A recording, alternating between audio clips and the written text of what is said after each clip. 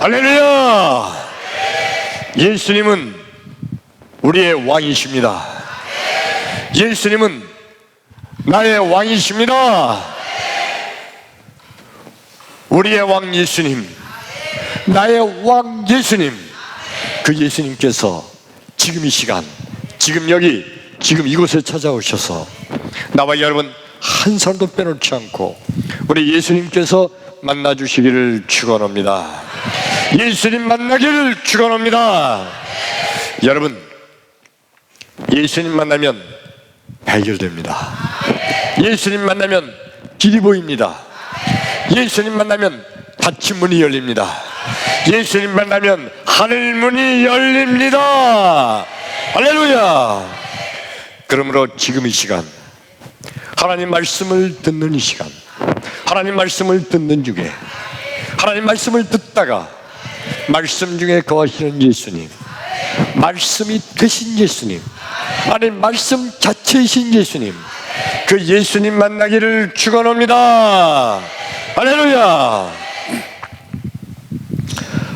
여러분, 마지노선이라는 말씀을 우리 많이 알고 있죠.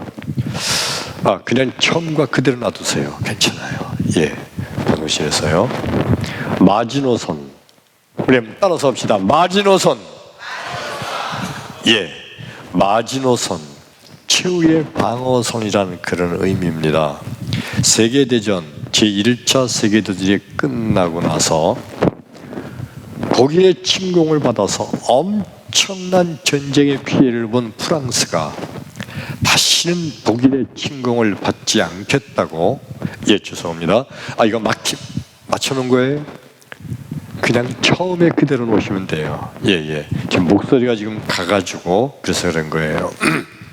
다시는 독일의 침공을 받지 않겠노라고 하면서 프랑스에서 독일과 국경선에, 약 국경선의 길이가 350km예요. 350km에 이르는 국경선에 아주 강력한 방어 진지를 구축을 했어요. 이 방어 진지가 얼마나 강력하냐면 지상 위쪽으로는요, 기관총, 아주 강력한 기관총 부대가 독일을 향해서 있고, 그 지하로는 갱도가 쭉 350km를 다 지하로 갱도를 팠어요. 그리고 모든 탄약, 모든 무기, 전기, 통신, 생활 필수품까지 다 완벽하게 지하 갱도로 보급로를 갖춰서 약 80만 명의 프랑스 군인이 거기 주둔하고 있었어요. 그러면서 그 당시 프랑스가 큰 소리치기를, 이 방어 진지가 무너지면 프랑스가 무너진다. 프랑스가 무너지면 세계 평화가 무너진다. 절대 이 방어 선은 무너지지 않는다. 강력한 방어 진지를 구축을 한 겁니다. 그 방어 진지를 구축할 당시에 프랑스의 국방장관 이름이 마지노예요. 그래서 그 방어 진지의 이름을, 국방장관의 이름을 따서 마지노선, The Line of Maginot, 마지노선이라고 부르게 된 겁니다. 여러분, 우리가 믿음 생활함에 있어서 사실 모든 인간들이 다 마음속에 자기만의 마지노선을 가지고 있습니다. 이게 무너지면 안 되지. 이거 무너지면 난 큰일 나. 이거 무너지면 난 죽어. 마지막 마지노선을 인간들은 다 가지고 있어요. 근데 여러분, 우리 믿음의 사람에게는 마지노선은 존재하지 않을 줄로 믿습니다. 크게 아멘. 예. 지난주 한 주간 동안 저는 태국의 축구 선교사로 있는 오피란 선교사의 사역지에 다녀왔습니다. 그 오피란 선교사님은 어떤 사역을 하는 거 아니, 우리 한국의 프로 축구 선수였잖아요, 오피란 선수가. 근데 그가 사명을 받고 축구 선수를 내려놓고 태국에 이 태국이란 나라가요, 온 나라가 축구에 그냥 열광하는, 그냥 축구에 미친 나라래요. 온 태국 사람들은 다 축구. 그래서 축구공 하나 들고 태국에 선교 사역을 떠난 거예요. 그 오피란 선교사님이 하는 일이 뭐냐면, 태국에 어렵고 가난하고 축구를 배우고 싶지만 돈이 없어 배우지 못하는 아이들, 그들을 다 모아서 그들을 학교도 보내주고 재워주고 먹여주고 그리고 축구도 가르쳐주고 돈 한 푼 안 받고, 그게 중학교 3년, 고등학교 3년, 6년 동안을 그렇게 아이를 키워서 그냥 아무 조건 없이 태국 전체에 퍼지게 합니다.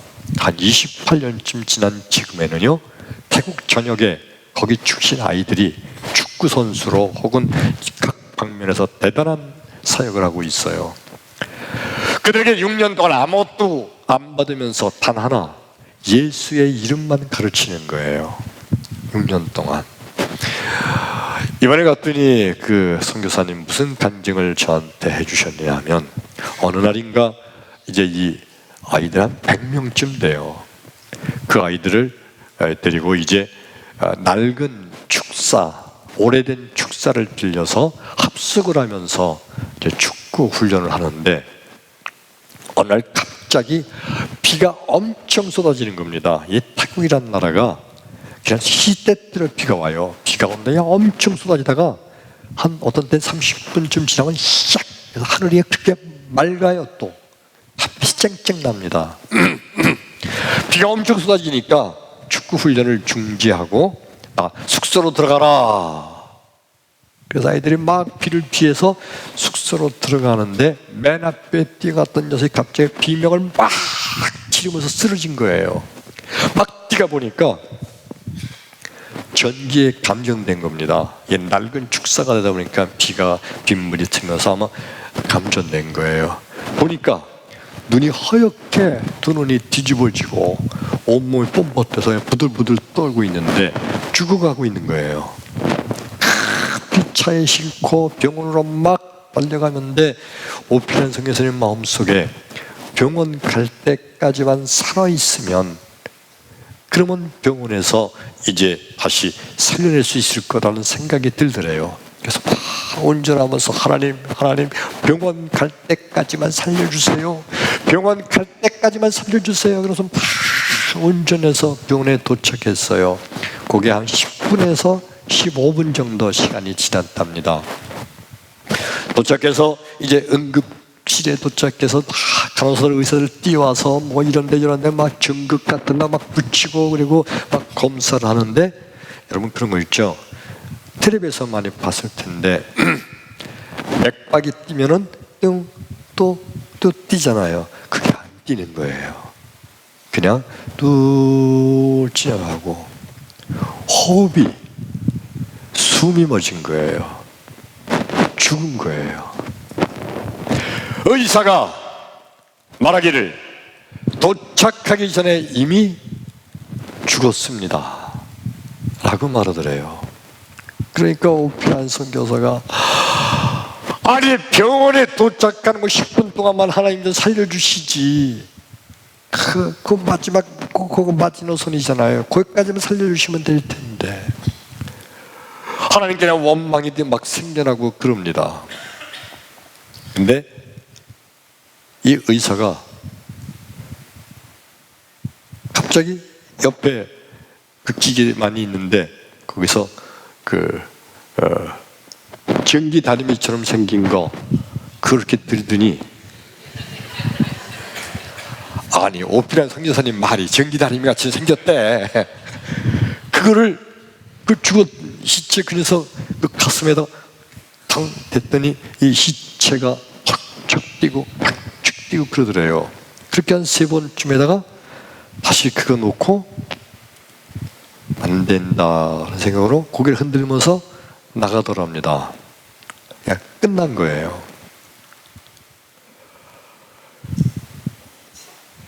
이 오피란 선교사님이 자기도 모르게 막 울면서 그 죽은 녀석을 이제 붙들고 있다가 이렇게 보니까 그 맥박 뛰는 심장 박동 뛰는 게 조금씩 똑똑 뛰더라는 거예요.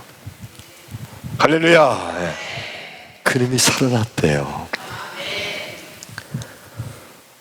여러분, 우리 믿음의 사람에게는 마지노선이란 존재하지 않을 줄로 믿습니다. 크게 아멘. 왜요? 우리 하나님은 전능하신 하나님이시기 때문에 인간의 생각에는 여기까지 하면 요거 있으면 잘 될 텐데, 여기까지만 붙들고 있으면 될 텐데, 인간은 그렇지만은 우리 하나님은 무에서 유를 창조하신 전능하신 하나님은 하나님께는 마지노선은 존재하지 않을 줄로 믿습니다. 오늘 이 말씀을 듣는 나와 여러분, 여러분 마음속에도 내가 이제까지 가지고 있었던 인간적인 마지노선, 그거 완전히 없어지게 되기를 주 이름으로 축원합니다. 할렐루야. 오늘 성경 말씀, 아까 욥기서의 말씀을 봉독했죠. 욥기서 1장 1절로 3절까지 말씀을 읽었는데, 우스 땅에 욥이라는 사람이 살고 있었다. 그 욥은 아주 순전하고 정직하며 하나님을 경외하고 악에서 떠난 자였더라. 그리고 이 욥에 대해서 3절에 욥의 부자였던 걸 얘기해요. 욥이 얼마큼 부자였느냐? 3절에 보니까 양이 몇 마리라고 그랬어요? 양이 7,000마리. 여러분 상상해 보겠어요? 7,000마리 양떼가 있으면 얼마나 많은 건가? 7,000마리 상상이 안 되죠. 그냥 7마리만 이 안에 있어도 양이 엄청 많은 것 같아요. 70마리도 아니고 700마리도 아니고 7,000마리면 그냥 산을 부르고 있는 겁니다. 그리고 낙타가 몇 마리요? 3,000마리. 상상할 수도 없는 엄청난 부자예요. 소가 500결이, 결이라는 것은 한 쌍으로 일을 하니까 결이 그러면 2마리를 의미해요. 500결이니까 몇 마리예요? 1,000마리. 엄청난 거예요. 이 3절 끝에 뭐라고 했는 거니? 욥과 같이 동방에서 위대한 자가 없다.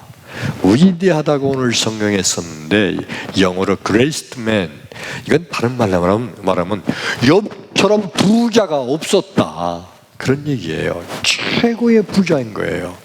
성경에서 말하는 그 당시 최고의 부자가 욥이에요.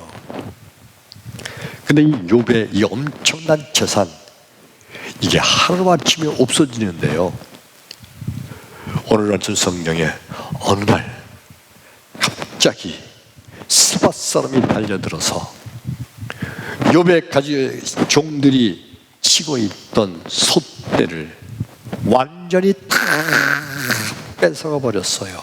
소 1,000마리를 잃어버린 겁니다. 그래도 아마 욥의 마음속에는 그래도 내가 양도 있고 낙타가 있으니까 뭐 아마 그랬을지 몰라요. 그런데 갑자기 또 이번에는 하늘에서 불덩어리가 떨어지더니 양 7,000마리를 완전히 다 불태워버렸어요.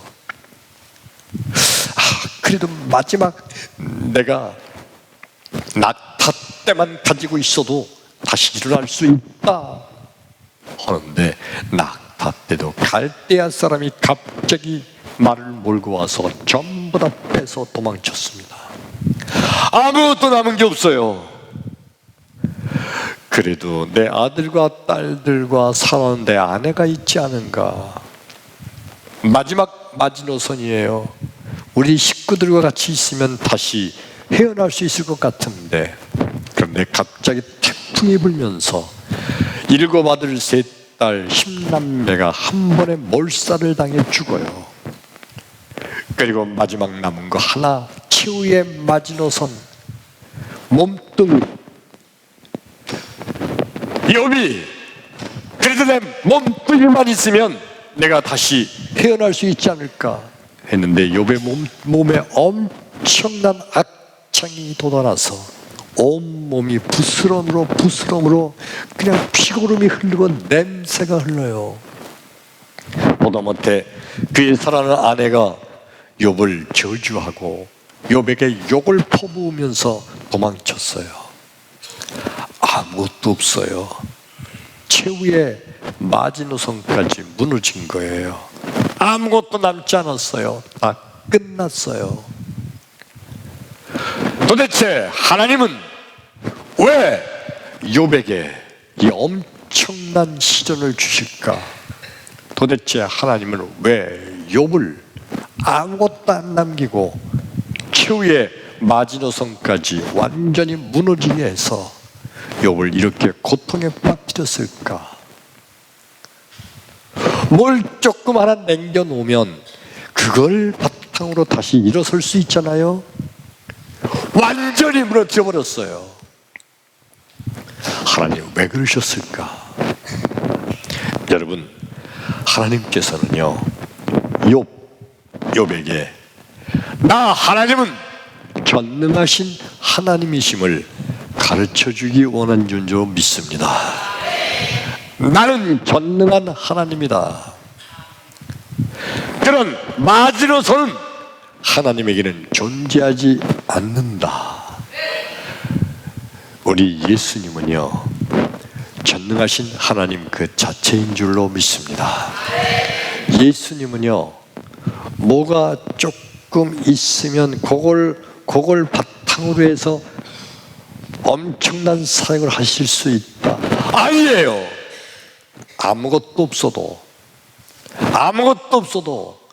무에서 유를 창조하시는 전능하신 하나님, 그분이 바로 예수님이신 줄로 믿습니다.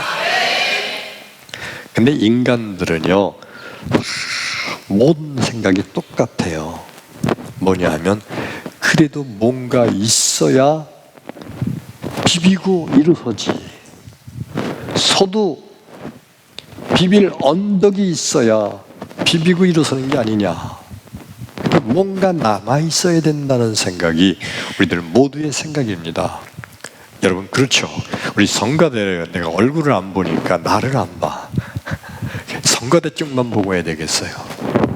우리 사성전에 이사 가면 거긴 나를 볼 수밖에 없게 돼 있어. 이제 이거 다 뜯어 고쳤어요. 예, 하나님께서는 욥에게 나만 바라보라는 거예요. 근데 인간은 그래도 뭐가 있어야, 뭐가 비빌 언덕이 있어야 되지 않을까. 그래서 뭘 하다가도 하나님 다 망해도 이것만 남겨놓으세요. 이것만 있으면 다시 내가 일어날 수 있어요. 요 마지막 그거 믿는 거, 붙잡고 있는 거, 여기 마지노선이에요. 그렇죠? 누구에게나 그런 인간적인 마지노선이 있는 거예요. 이것만 있으면 내가 다시 일어날 수 있다. 그런데 그 마지막 마지노선, 우리 예수님께서는 그것조차도 믿음의 사람에게는 존재하지 않는다.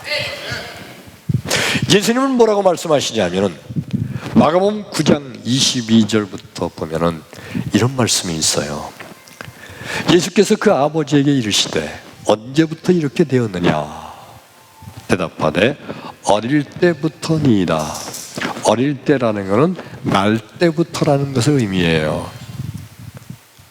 그러면서 그 아버지가 계속 말하기를 귀신이 저를 죽이려고 불에도 던지고 물에도 던지나이다. 그러나 무엇을 하실 수 있거든 우리를 불쌍히 여기사 도와주시옵소서 하니 예수께서 이르시되 할 수 있거든이 무슨 말이냐? 믿는 자에겐 능치 못함이 없느니라. 아멘. 이 말씀이 뭐냐면 어느 날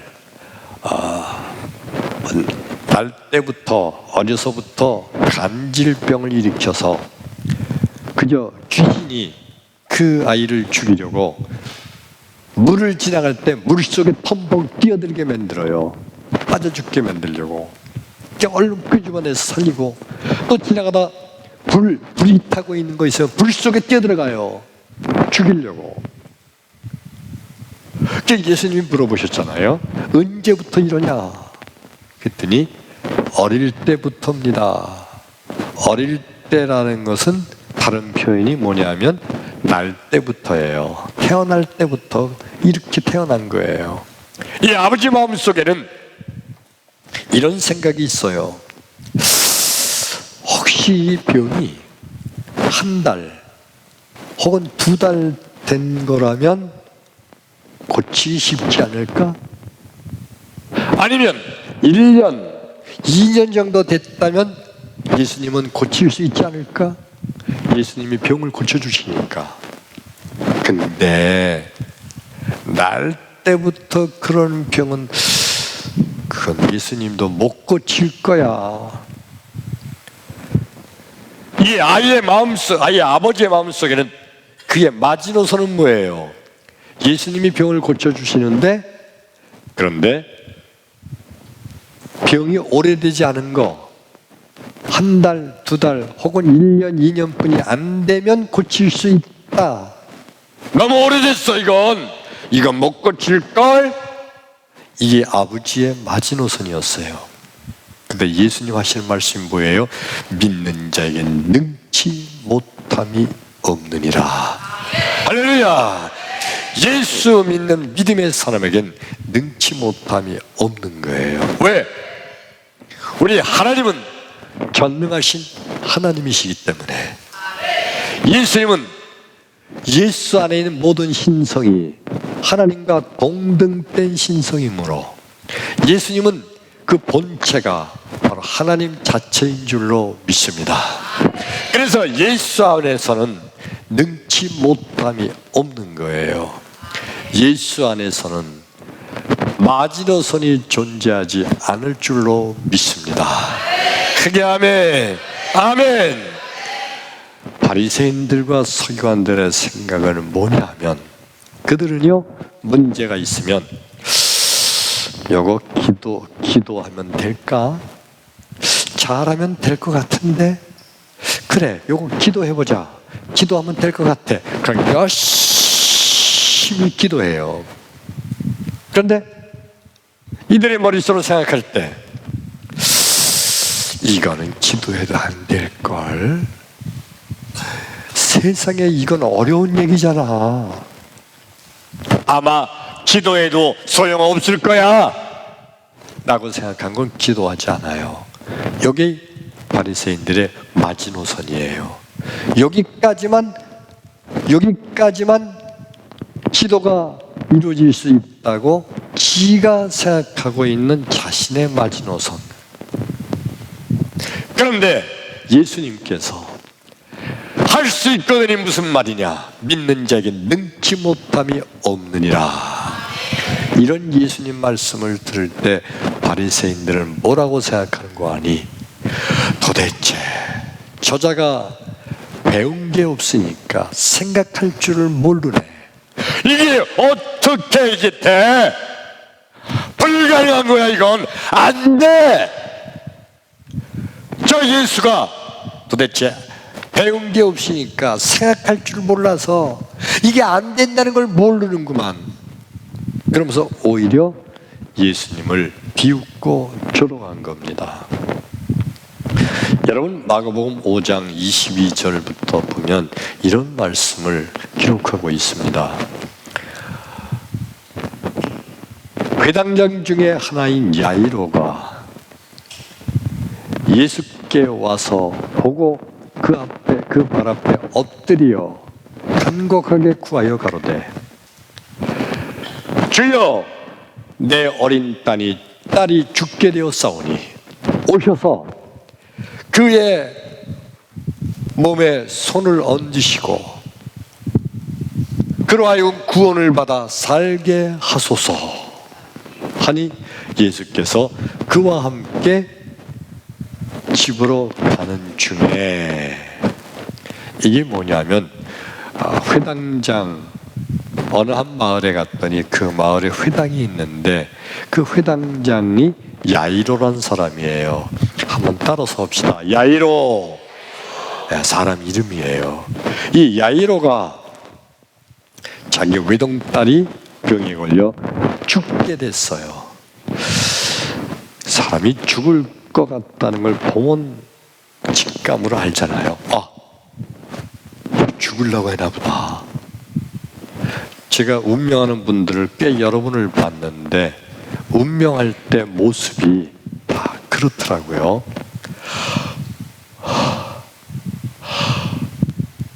숨을 아주 힘들게 쉬다가 순간적으로 숨이 딱 멈추는 경우도 있고, 어떤 경우는 거의 숨을 안 쉬고 있다가 가끔 그러고 있어요. 그런 경우도 있고, 아주 숨을 쉬는지 안 쉬는지 모르게 코에다가 이렇게 대봐야 간신히 숨이 나오는구나 할 정도가 있어요. 다 이제 운명, 죽을 때가 가까운 모습이 그런 거예요. 이 야이로도 자기 외동딸이 죽을 병에 들렸는데 보니까 곧 죽을 것 같아. 막 알잖아요. 근데 마침 그 동네에 예수님께서 들어오신 거예요. 그러니까 야이로가 막 뛰어가서 예수님을 자기 집으로 모시고 가서, 주여, 내 딸이 병들어 죽게 됐습니다. 오셔서 고쳐주옵소서. 그러니까 예수님께서 그러냐? 가자. 그래서 야이로의 집으로 가는 거예요. 한시가 급해요.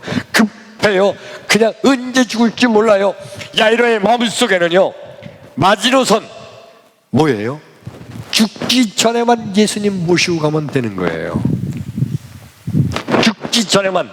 근데 지금 그 딸이 막 죽으려고 그래요. 그러니까 빨리 가야 돼요. 그런데 마가복음 5장 25절에 보면 가는 중에 12년을 혈류증으로 앓는 여인이 나타났어요. 12년 동안 그 병을 앓고 있었어요. 근데 예수님이 그 여인의 병을 고쳐주시냐고 멈춰 서신 거예요. 그리고 그 여인과 대화를 나누면서 계세요. 자, 그 옆에 서 있던 회당장 야이로의 마음이 어떨까요? 그냥 좀 빨리 가야 되는데, 내 딸 죽을 것 같은데. 그런데 이 12회를 혈류증을 앓던 이 여인은요, 12년 동안 견디시니까 급한 게 아니에요. 지금 내 딸 죽기 전에 내 딸 살려놓고 와서 이 여인은 고쳐줘도 돼요. 근데 예수님이요, 글쎄 그것도 모르시나? 하나님이시? 그냥 거기서 그 12년을 혈류증을 앓던 그 여인을 대화를 나누면서 고쳐주시는 거예요. 그러면서 시간이 다 지나갔어요. 그리고 야이로의 집에서 종이 막 뛰어오더니, 주여, 당신의 딸이 방금 전에 죽었습니다. 그러는 거예요. 그 말을 듣자마자 야이로가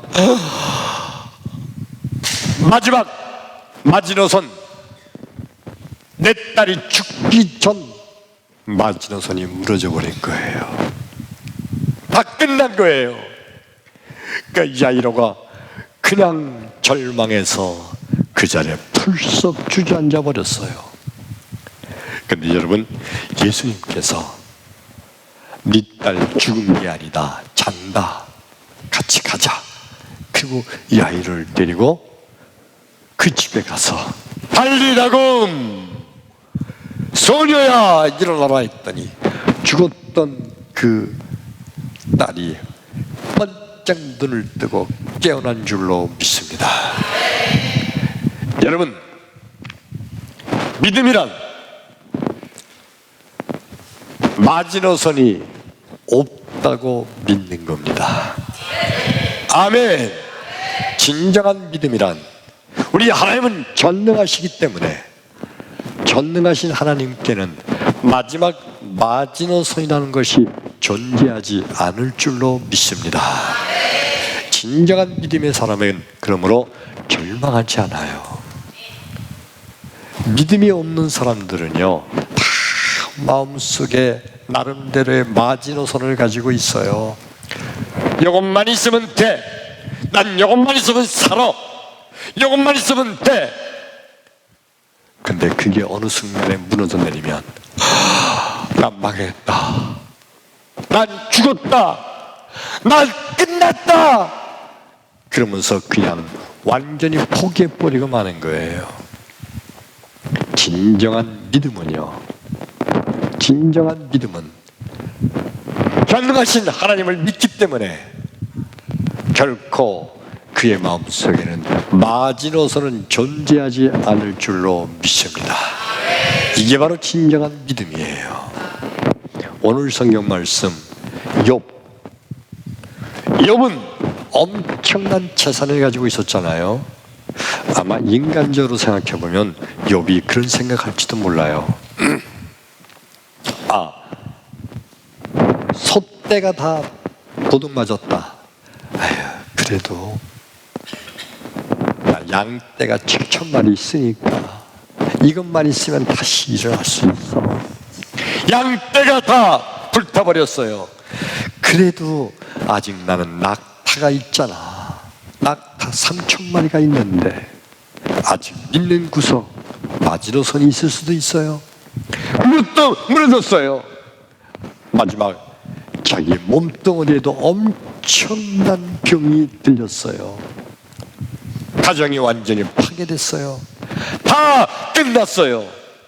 근데도 욥이요, 욥기서 1장 20절 21절 보니까 주신 자도 여호와시요 취하신 자도 여호와시니 내가 여호와의 이름을 찬송할지로다. 결코 믿음의 사람 욥은요, 마지노선이 존재하지 않는 거예요. 전능하신 하나님을 믿음으로 결코 낙심하고 실망하지 않았어요. 그랬더니 결론이 어떻게 됐죠? 욥기서 42장 12절 보니까 하나님께서 욥에게 모년 복을 주시는데 이전보다 갑절로 복을 주신 줄로 믿습니다. 그게 아멘. 믿음의 사람에게는 결코 마지노선은 존재하지 않을 줄로 믿습니다. 태국의 선교사 오피란 선교사 얘기를 아까 했죠. 죽었어요. 끝났어요. 그러나 그 아이가 어떤 아이냐면, 원래 오피란 선교사님은 가난한 아이들, 불쌍한 아이들, 돈 없는 아이들, 그런 아이들만 받는데요. 부잣집 아이는 안 받는데요. 돈을 원래 안 받으니까 그냥 그들 먹이고 입히고 재우고 학교 보내고 그리고 축구 가르치고 그리고 예수 이름을 전하는 거니까. 근데 이 축구 학교가 소문이 나니까 축구를 잘하고 싶은 그런 사람들이 와서 막 자기 아들을 받아달라고 막 돈도 내고 막 그런데요. 근데 안 받는데요. 선교가 안 될 것 같아서. 근데 정말 어마어마한 뭐 벤츠, S클래스 뭐야 그 엄청난 그 고급 승용차에다가 뭐 선물을 엄청 들고 어느 사람이 아들을 데리고 와서 이 아이 축구를 가르쳐달라고 그러더래요. 아니라고 우리는 그 아이 받을 자격이 없다고 막 그래도 괜찮다고 이 똑같이 애들처럼 먹이고 그렇게 무슨 가르쳐달라는 거예요. 안 받으면 오히려 선교에 방해가 될까 해서 받았는데 죽은 아이가 그 놈이래요. 그 놈이 죽으면 그럼 완전히 선교가 막히는 거예요. 이제 그 사람이 원래 막강하고 부자기 때문에 이제 선교 사역을 더 끝날지도 몰라요. 그런데 죽었던 그 아이가 끝났다고 생각했는데 그 아이가 눈을 반짝 뜨고 살아난 줄로 믿습니다. 의사들이 말하기를 그런 얘기 한대요.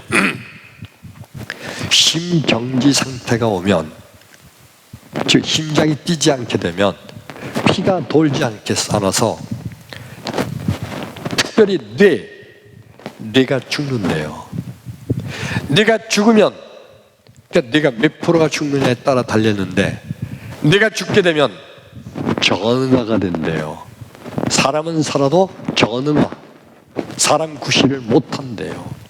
근데 놀라운 것은 이 아이가 딱 깨났는데 정상으로 똑같이 변했대요.